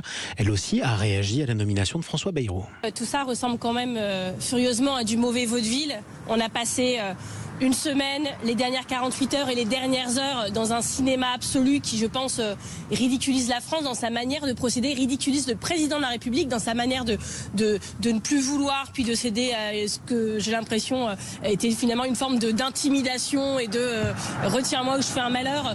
On ne comprend pas bien comment tout ça s'est passé. D'un point de vue institutionnel, politique, oui, c'est assez désespérant. Je ne sais pas quelle image tout cela donne aux Français. Ensuite, on voit bien que le président de la République, finalement, plus il perd du terrain électoralement, plus il s'accroche à ses proches, à ses très proches, à ses très très proches, à celles et ceux qui sont avec lui dès le début et qui incarnent finalement le macronisme le plus fidèle. Donc c'est incompréhensible. Et nous partîmes 500, nous vîmes 50 en arrivant au port. En fait, c'est dans l'autre sens. Marine Tondelier, pour la patronne des écologistes. Céline Hervieux, vous êtes socialiste. Ce matin, votre camarade socialiste Karim Bouhamran, maire de Saint-Ouen, disait chez Jean-Jacques Bourdin dans le Grand Matin Sud Radio, le nouveau Front Populaire est en mort clinique. Et c'est Jean-Luc Mélenchon d'ailleurs qui a acté cette mort clinique. Est-ce que là, en nommant François Bayrou à Matignon plutôt qu'un homme de gauche, Emmanuel Macron a ressuscité le NFP ? Non, mais le NFP, si vous voulez, ce sont des hommes et des femmes de gauche en fait qui se battent pour plus de justice dans ce pays, et ça continuera. Aussi, c'est souvent ça continuera pour l'urgence climatique, pour les plus vulnérables, pour les plus précaires. Ça, notre ligne politique, elle a toujours été là. Et effectivement, nous, ce qui nous intéresse, c'est l'intérêt général, l'intérêt du pays, et qu'on trouve des solutions. Parce qu'on l'a dit, on est en train de traverser des crises, mais qui sont importantes, si vous voulez. Parce que mais vous dites tous la même chose là-dessus. Là où je rejoins M. Millienne, c'est qu'on n'est pas là à défendre des chapelles, en fait. On est là à demander un changement de méthode, un changement d'orientation politique. Pourtant, le premier secrétaire de votre parti, Olivier Faure, voulait un Premier ministre de gauche. Il ne l'a pas eu. Évidemment. Donc, c'était une manière. Donc, vous allez quand même vous diriger dans l'opposition à François Bayrou, quoi qu'il arrive. Bien sûr, nous serons dans l'opposition. Ça, c'est une évidence. Donc, il y a quand même une histoire de chapelle. C'est-à-dire qu'on est dans une situation de blocage et qu'il faut qu'on avance. On est toujours aussi bloqué qu'hier ou pas pour vous, avec François Bayrou à Matignon ? On va voir comment ça va se passer. Mais je dis une première chose, que ce choix n'est pas le bon de Bayrou, parce que là encore, c'est le macronisme avant Macron, François Bayrou quand même. Le MoDem, excusez-moi, mais ça n'est pas la gauche, ça ne porte pas les intérêts des travailleurs, ça ne porte pas l'intérêt des plus vulnérables dans ce pays, ni des classes populaires, ni des classes moyennes. Donc ça, c'est la première chose. Donc c'est un mauvais choix. Maintenant, c'est le choix du président de la République. On l'entend, on en prend acte. Qu'est-ce qu'il va être capable de faire ? Qu'est-ce qu'il va construire comme négociation, comme coalition, pour qu'on avance et qu'on trouve des réponses ? C'est ça qui nous intéresse. Donc nous avons posé des éléments clairs sur la table. Pour ne pas censurer, il faut déjà qu'on redonne du pouvoir au Parlement. Et je suis pas d'accord avec ce que disait Monsieur Millienne à l'instant. C'est pas une cour de récréation. Enfin, pardon. Oui, mais ne renvoyez pas vous avez été député. Ne renvoyez pas cette image-là. C'est grave de dire ça parce que c'est pas vrai. Je la renvoie parce que je la vois se dégrader. C'est pas vrai. On travaille le jour, la nuit. On a bossé énormément dans le cadre de ce budget. D'accord. On a proposé des choses. On a justement discuté des amendements. On a parlementé. C'est ça notre travail. Et on l'a fait. On a proposé des choses et ça a été balayé par le 49.3. Donc ce que nous disons, première chose, on arrête avec le 49.3 et on donne de la force au débat parlementaire. À la fin, on tranche par des votes. Donc ça, c'est la première chose. Deuxièmement, il faut un changement d'orientation politique. Macron a été sanctionné à plusieurs reprises, donc on arrête avec la politique qui préserve les intérêts particuliers des plus riches dans ce pays et on soutient la classe moyenne et la classe populaire, les personnes qui en ont réellement besoin. Donc on rééquilibre les choses. Et dernièrement, on arrête de subir les sirènes populiste du Rassemblement national et de se mettre dans la main de Marine Le Pen qui n'attend qu'une chose, c'est effectivement le chaos, puisque c'est dans son intérêt qu'il y ait une élection présidentielle anticipée et qu'elle puisse candidater pour devenir présidente de la République. Donc on arrête avec ça, on tourne le dos au Rassemblement national, ils ont leur légitimité, ils ont été élus, mais on arrête de négocier avec eux, d'essayer de chercher, parce que ça c'est de la tambouille. Ce qu'a fait Monsieur Barnier à la fin, c'était de la tambouille, c'était un déshonneur total. On se tourne vers le NFP qui est la première coalition du Parlement et on avance. Jean-Christophe Gallien, François Mitterrand disait les centristes sont ni de gauche ni de gauche. Est-ce que François Bayrou est bien placé pour parler au Parti socialiste ? Vous allez avoir une perception qui est des gens qui sont silencieux. D'ailleurs, on n'entend pas beaucoup aujourd'hui le deuxième groupe après celui du Rassemblement national qui est Ensemble pour la République. Monsieur Attal, il vient de se féliciter de la nomination. Voilà, mais il avait un peu disparu. D'ailleurs, je le citais, il va apporter l'indispensable stabilité dont les Français ont besoin. Donc c'est un point essentiel, c'est-à-dire qu'on voit bien qu'aujourd'hui il y a une différence de prise de... Voilà, c'est pas pareil que Monsieur Barnier pour Monsieur Attal. Et de la même manière pour Monsieur Wauquiez, Monsieur Bayrou n'est pas exactement Monsieur Cazeneuve, vous voyez ce que je veux dire. Donc on est dans un contexte qui peut être là aussi à géométrie très variable. Et c'est pas un gros mot qui est de la conflictualité politique au sein du Parlement, ça c'est vrai. Parce que ce contexte, ce moment-là, il est aussi un moment où il y a besoin d'avoir des émergences, des prises de position, des gens qui ne sont pas d'accord. Et c'est là aussi, faire l'union nationale obligatoirement, ça n'existe nulle part. Vous voyez, il y a d'autres pays en Europe, là on fait un gros focus sur la France, mais l'Autriche cherche un gouvernement, la Belgique cherche un gouvernement. Il y a d'autres pays, les Allemands, et après leur élection au mois de février, vous allez voir, ils vont mettre beaucoup de temps à trouver un gouvernement. C'est pas des gros mots. Maintenant, nous, on a donné jusqu'à présent, jusqu'à ce moment de la dissolution Donc finalement, on avait des stabilités politiques, des stabilités parlementaires, des stabilités gouvernementales, ce qui faisait notre nature par rapport à tous les autres pays, Grande-Bretagne y compris, autour de nous, où ça tourne beaucoup plus vite, où il y a des cas, bien sûr l'Italie, l'Espagne, tout ce que vous voulez. Sauf qu'aujourd'hui, ça a un peu bougé. C'est pas très grave. La réalité, c'est quoi? C'est que on a quelque chose d'hybride dans notre système politique, dans notre système institutionnel, pardon. C'est qu'on a un président de la République qui, encore une fois, est élu lui-même au suffrage universel direct. Il a une légitimité. Et lui, pendant 5 ans, à part le fait qu'il ait envie de s'en aller ou pas s'en aller, il est là. Et il peut décider par contre que l'Assemblée nationale saute au moins une fois par an, on va dire ça, et c'est quelque chose qui peut se passer. Donc la contre-mesure, oui, c'est la censure. De l'autre côté, on impose nos institutions sont comme ça. Donc il faut qu'il y ait à l'intérieur du Parlement une décision collective, individuelle ou ce que vous voulez, pour fabriquer autre chose potentiellement, parce qu'aujourd'hui, le pouvoir, en fait, en réalité, et c'est là où vous êtes frustrés, parce que vous avez fait un travail tous ensemble, notamment sur le budget. C'est vrai qu'il y a eu un gros travail et que ce projet de budget qui a été revisité par l'Assemblée nationale a été effacé, très vite effacé. Il a voulu passer au 49.3 et les oppositions, à mon avis, de manière assez légitime, parce que ça ne représentait plus leur position, ont dit non et ont renversé un gouvernement qui est... Ici, ça s'était passé, si vous voulez, dans un contexte normal, avant la dissolution, on n'aurait rien dit. C'était la démocratie. Cette fois-ci, on va bien voir. L'art qu'on prêtait à Michel Barnier de la négociation, de la capacité d'ouvrir, le Brexit, tout ce que vous voulez, aujourd'hui, c'est chez Bayrou. On verra si Bayrou, avec son expérience, saura négocier. On va en parler avec vous. Qui est François Bayrou? C'est un des personnages politiques les plus connus de la scène politique française. On a grandi devant ses campagnes présidentielles. Tiens, qu'est-ce qu'il a fait concrètement aux manettes, François Bayrou? Partout où il est passé. On va en parler avec nos invités dans un instant et avec vous tous. Tiens, les Palois, prenez la parole au 0826 300 300. Vous le connaissez mieux que les autres. À tout de suite. Et maintenant qu'on a proposé les cadeaux de Noël, on reparle de notre nouveau Premier ministre. Est-ce que ce sera un cadeau pour le pays? Ça, c'est ce que vous nous direz tous. On est toujours avec Jean-Christophe Gallien, Andrea Cotarac pour le RN, Céline Hervieux pour le PS, Bruno Millienne pour le MoDem. Qui est notre nouveau Premier ministre? C'est un des noms politiques les plus connus. On a grandi devant ses campagnes électorales. Il a été pêle-mêle, écoutez, Premier ministre désormais. Il a été maire de Pau. Il est maire de Pau depuis 2014. Il a été président du MoDem, inamovible évidemment. C'est lui qui a créé ce parti sur les ruines de l'UDF. Il a été garde des Sceaux pendant 1 mois, député européen pendant 2 ans, président de l'UDF pendant près de 10 ans, président du CDS également pour ceux qui ont connu cette époque, ministre de l'Éducation nationale pendant 4 ans, François Bayrou. C'était à la fois sous Balladur et sous Juppé. Ça relevait de la gageure d'ailleurs pour survivre au changement de Premier ministre à l'époque. Et il est enfin haut commissaire au plan depuis 4 ans. Alors, j'ai une question très simple, Bruno Millienne, à vous poser. On a parlé de réindustrialisation. On a parlé de planification écologique. On a parlé de relance de l'industrie de la défense. Ça fait 4 ans qu'il est haut commissaire au plan.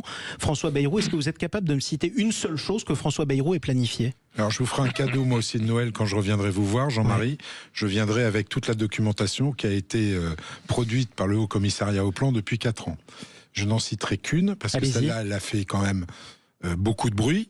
C'est le rapport qu'il y a eu sur les retraites, sur la réforme des retraites, qui expliquait très clairement que le problème ne venait pas du paiement des retraites, même si on avait du mal et qu'il y a un déficit chronique avec les retraites du public, mais venait bien des recettes.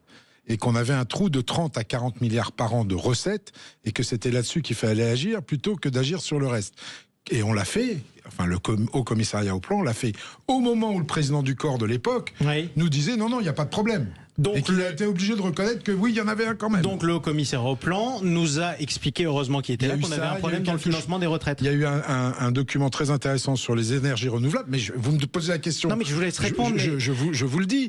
Le Haut Commissariat au Plan est là pour faire de la prospective, n'est pas là pour amener des solutions sur le court terme. Donc voilà, parlons maintenant de François Bayrou, ministre de l'Éducation nationale pendant 4 ans. C'est une denrée rare, hein. C'est difficile de tenir aussi longtemps par les temps qui courent. Boulevard de Grenelle, qu'est-ce qu'il a fait, ministre de l'Éducation nationale? On connaît tous François Bayrou, mais on a tous du mal à se rappeler ce que concrètement il a porté une loi Bayrou, un héritage Bayrou. Mais attendez, l'alpha et l'oméga de l'action publique ne passe pas par la loi. Je vais vous dire simplement pourquoi. Parce que quand vous posez une loi à l'Assemblée nationale, vous ouvrez la boîte de Pandore du concours Lépine de l'idée la plus con, il faut quand même le savoir. Donc ça, c'est fait, je vous le dis quand même. L'alpha et l'oméga de l'action publique passe aussi par des discussions avec les syndicats, des avancées que vous pouvez faire sans passer par la loi. Et je peux vous en parler, justement, ça tombe mal, parce que François Bayrou, à l'éducation nationale, figurez-vous que ma mère, qui était principale de collège à l'époque à Mantes-la-Jolie, c'est pas ce qu'il y avait de plus simple, a travaillé avec lui justement sur l'amélioration de certains points vis-à-vis de profs. Et c'est comme ça que vous êtes devenu centriste? Non, pas du tout. Je suis devenu centriste bien après. Mais c'est pas parce que vous n'avez pas de loi qu'il n'y a pas de travail, fort heureusement. Andrea Cotarac, François Bayrou, vous aussi, vous avez grandi devant la carrière politique, notamment de François Bayrou. Moi, j'étais plus jeune que M. Milian, mais... Oui, beaucoup. En 2007, je pourrais être son père. On se souvient qu'en 2007, il avait fait un grand score, etc. Oui, tout à fait. Maintenant, il avait fait près de 18%. C'était une surprise. Juste derrière Ségolène Royal. Tout à fait. Maintenant, M. Bayrou est aux antipodes, on va dire, de ce que pense le Rassemblement national, puisqu'il est fédéraliste européen, immigrationniste, etc. Rapprochez-vous du micro. En revanche, on peut aussi travailler avec M. Bayrou. Moi, je prends au sérieux M. Bayrou. Vous êtes prêt à travailler avec lui?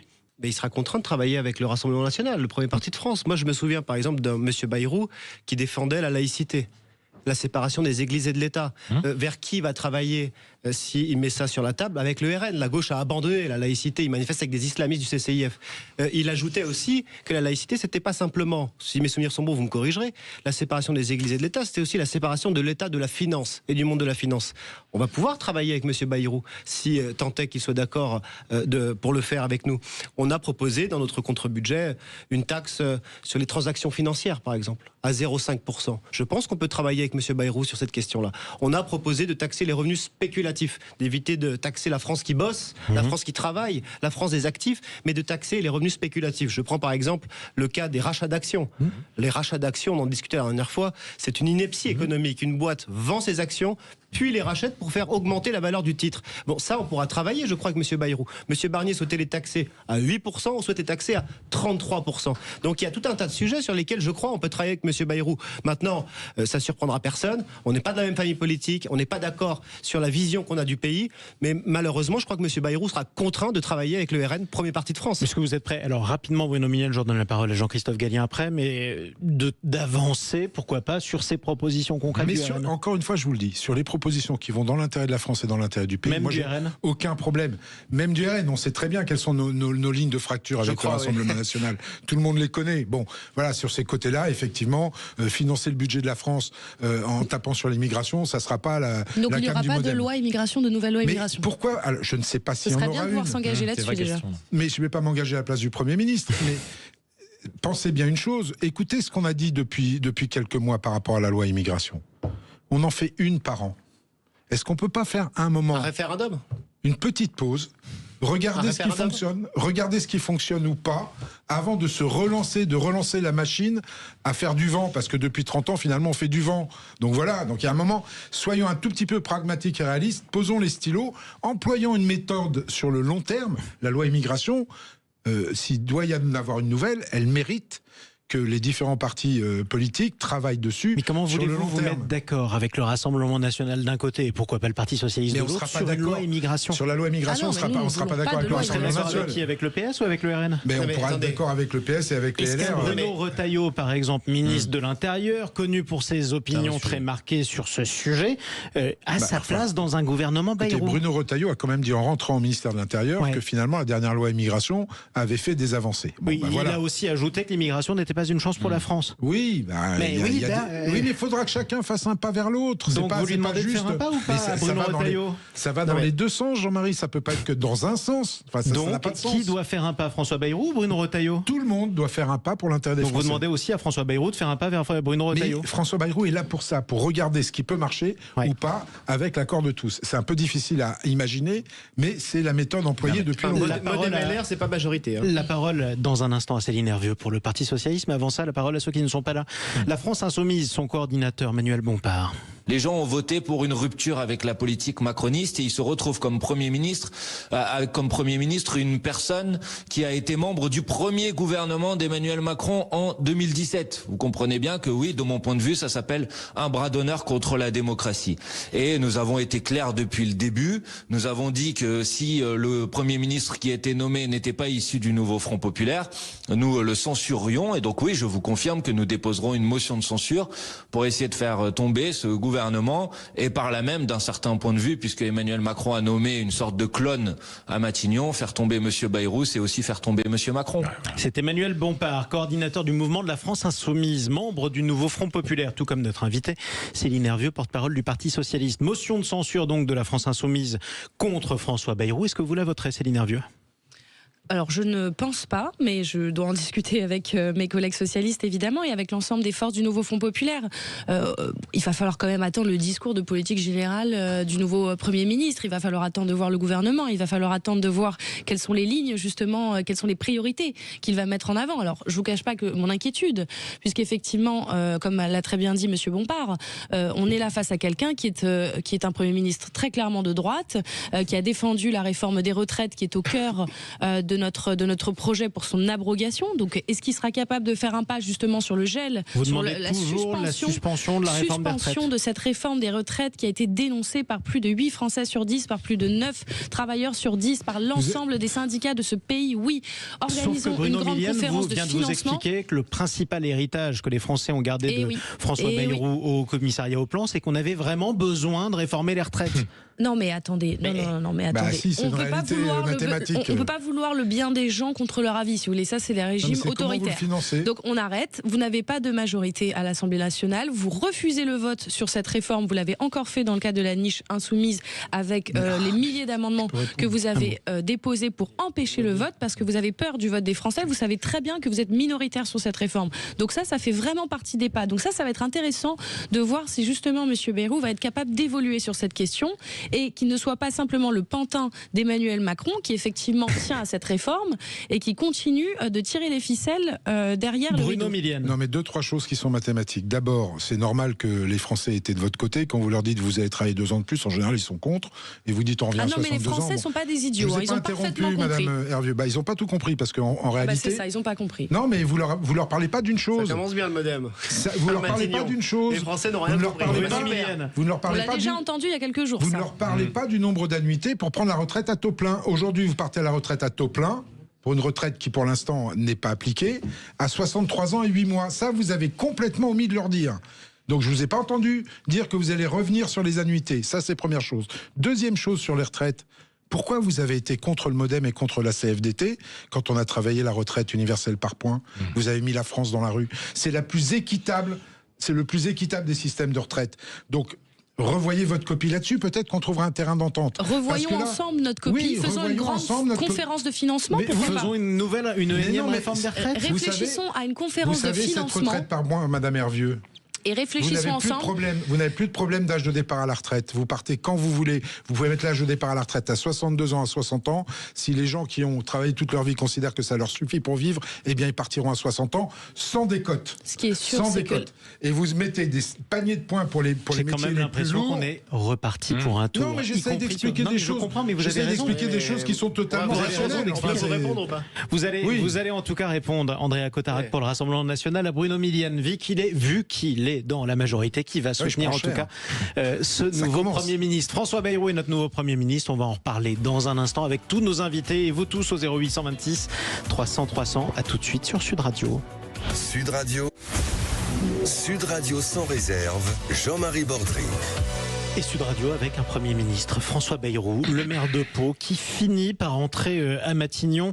C'était probablement un vieux rêve aussi pour l'homme qui était quand même postulant aux plus hautes fonctions depuis, on va le dire, des décennies. Il a été plusieurs fois candidat au présidentiel. Il finira par entrer. Son grand rêve, c'est de devenir président. Bruno Millienne, porte-parole du MoDem, vous dites presque que c'est décevant pour vous? Non, pas du tout. Je pense qu'il attendait, il était prêt, il a bossé dessus tout l'été, donc il n'y a aucun souci. Ce serait dommage de le décevoir maintenant qu'il entre à Matignon. Mais tout le monde le sait, tout le monde connaît François Bayrou, son rêve absolu c'était d'être président de la République. C'est pas trahir un secret, tout le monde le savait. Fera-t-il l'affaire à Matignon? On en parle avec la porte-parole du PS, Céline Hervieux, avec le communicant politique et politologue Jean-Christophe Gallien et le porte-parole du Rassemblement national, Andrea Cotarac, qui buvait du petit lait en gardant Céline Hervieux pour le PS et Bruno Millienne se chamailler sur la question de la réforme des retraites. Vous aussi, vous êtes pour l'abrogation, de la réforme des retraites? Je crois qu'on est les seuls. On est les seuls avec 95% des actifs. Moi, je suis assez étonné. Rapprochez-vous du micro. Je suis assez étonné par ou je rapprocherai le micro. C'est mieux. Je suis assez étonné par l'hypocrisie des uns et des autres. On a proposé avant la proposition de Madame Borne un référendum, une motion référendaire à l'Assemblée nationale afin que le peuple français tranche, faire en sorte d'éviter les blocages, le chaos. Le nouveau Front populaire n'a pas voté notre motion référendaire. Nous avons proposé le 31 octobre dernier dans notre niche parlementaire, c'est-à-dire la proposition du groupe RN, d'abroger cette réforme des retraites. Le nouveau Front populaire a voté contre. Et je remarque chez M. Millen qui nous explique que cette réforme est absolument efficace. Enfin, Monsieur Attal, avant de quitter Matignon et de céder son poste à Monsieur Barnier, avait lui-même envisagé une nouvelle réforme des retraites parce que la première était injuste socialement et inefficace financièrement. Donc on est reparti pour un tour pour vous aussi. Mais nous, on est dans la construction. Nous, à chaque fois, on s'était opposé au budget de Monsieur Barnier. On a proposé un contre-budget financé avec des mesures concrètes. On nous écoute pas. Sur la réforme des retraites, contrairement à la gauche qui souhaite abroger, mais sur la proposition qui vient derrière, ils sont pas d'accord entre socialistes, insoumis, etc. Nous, on est très clair. On a une proposition et une réforme qui est financée, mais qui est plus juste socialement. Et donc, nous, on est parfaitement cohérents. Les lignes rouges sont les mêmes au mois de juillet, en septembre, en octobre, en novembre, c'est les mêmes parce qu'on veut agir pour l'intérêt des Français. On n'est pas sectaires, nous. On a voté la taxe sur les transactions financières du MoDem. On a voté l'abrogation de la réforme des retraites du nouveau Front populaire. L'inverse, il est complètement faux. Les autres ne veulent pas travailler avec nous. Christophe Gallien, c'est malheureux. Quel sujet un François Bayrou sera plus à même de trouver des compromis qu'un Michel Barnier? Est-ce que ça peut être par exemple sur la sécurité? Est-ce que ça peut être sur le budget tout simplement? Est-ce qu'il est mieux placé que les autres? Ce qui est intéressant dans les débats, vous voyez, ce qui est hyper intéressant, c'est que ceux qui critiquent la classe politique et qui ont dit notamment sur certaines antennes que tous ces femmes et hommes politiques étaient des cons aujourd'hui, voire des gens qui n'avaient pas de capacité, c'est l'inverse. En réalité, on voit bien que demeurent malgré tout des visions de société. Ça, c'est pas un gros mot. C'est-à-dire qu'on n'est pas obligé, parce qu'on est dans une impasse politique, notamment au Parlement, avec des conflictualités fortes, d'oublier ce pourquoi se comportent les idées, les valeurs, les engagements, ainsi de suite. C'est quand même la base de tout ça, parce que parler aux Français, oui, de la réalité des Français aujourd'hui, mais c'est aussi, voilà, vers quoi vous voulez emporter un pays dans un contexte européen, international, qui lui est en train de bouger lui aussi. Donc, que les hommes politiques et les femmes politiques aient envie de faire valoir leurs idées, c'est bien évident important. Après, qu'ils soient en compétition, ça aussi, c'est pas un gros mot. Il y a des envies de gagner, d'imposer, ça passe. Les deux sont très liés.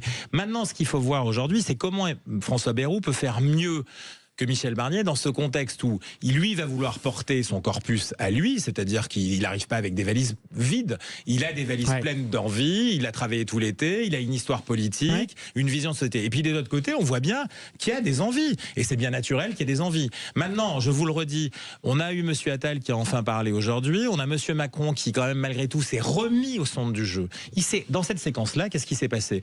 Il a voulu montrer qu'il décidait, c'est très concret. C'est très concret. Oui, il a voulu montrer qu'il était avec un partenaire pas facile. Il a facile. aussi montré son indécision, pardonnez-moi, pendant des jours et des jours. Oui, mais ça, écoutez, je vous le redis, il y a d'autres pays dans le monde où ça peut arriver. Oui, sauf que, en coulisses, les noms qu'on a entendus pour les favoris à Matignon en quelques jours, on est passé en permanence du coq à l'âne. Hier, c'était Roland Lescure. Ensuite, on a eu Bernard Cazeneuve. Jean-Marie, on savait très bien que François Bayrou était, de cette séquence-là, celui qui allait passer. Moi, je vous le dis, il a des valises. Dans cette valise, est-ce qu'il y a de l'électoral? Est-ce qu'il y a de la vision de société? Est-ce qu'il y a autre chose? Est-ce qu'il y aura un processus de travail qui sera différent de celui qui a été vendu par Michel Barnier, mais qui semble-t-il, quand on écoute les autres partenaires, on dit non, il a fait ce qu'il a voulu, il a écouté personne, il a avancé comme il voulait. Ça sera ça la clé, parce qu'aujourd'hui on a un régime parlementaire. Ce qu'il faut que le président de la République comprenne, c'est que c'est le Parlement, qui à l'Assemblée nationale en particulier, qui a les clés. C'est plus lui qui a les clés. Et notamment les oppositions, puisque la majorité n'est que relative. En un mot, parce qu'on arrive au terme de cette émission, mais vraiment en un mot, la passation de pouvoir aura lieu à 17h. Nous apprend-on à l'hôtel de Matignon entre Michel Barnier et François Bayrou. À partir de quel moment, Céline Hervieux, vous déciderez ou non de le censurer, François Bayrou? Non, on va se réunir là en réunion de groupe avec les parlementaires du Parti socialiste déjà dans un premier temps et on verra. On va pas se lancer comme ça dans une censure avant même qu'il ait ouvert la bouche. Pas de censure a priori, contrairement à la France insoumise. Il faut réfléchir. Donc il faut le voir. NFP n'est pas d'accord. Quels sont Il faut voir. Ça vous a pas échappé que Mélenchon demande la démission du président de la République, ce qui n'est pas la position des socialistes. Oui, désolé. Et Jean-Luc Mélenchon demande carrément la destitution du président de la République. Le Rassemblement national attendra plusieurs jours. Balayé à l'élection présidentielle. Le Rassemblement national attend du Premier ministre qu'il écoute et qu'il respecte les 11 millions de voix des électeurs du Rassemblement national. Sur le pouvoir d'achat, la sécurité, l'immigration, on attend effectivement des réponses de Matignon. Même demande que celle que vous avez faite à Michel Barnier. Bruno Millienne, quelles sont les premières mesures sur lesquelles il doit faire des concessions ? Encore une fois, je réfute le terme de concession. La première des choses qu'on doit faire, c'est travailler sur le futur budget. Je reformule, des compromis.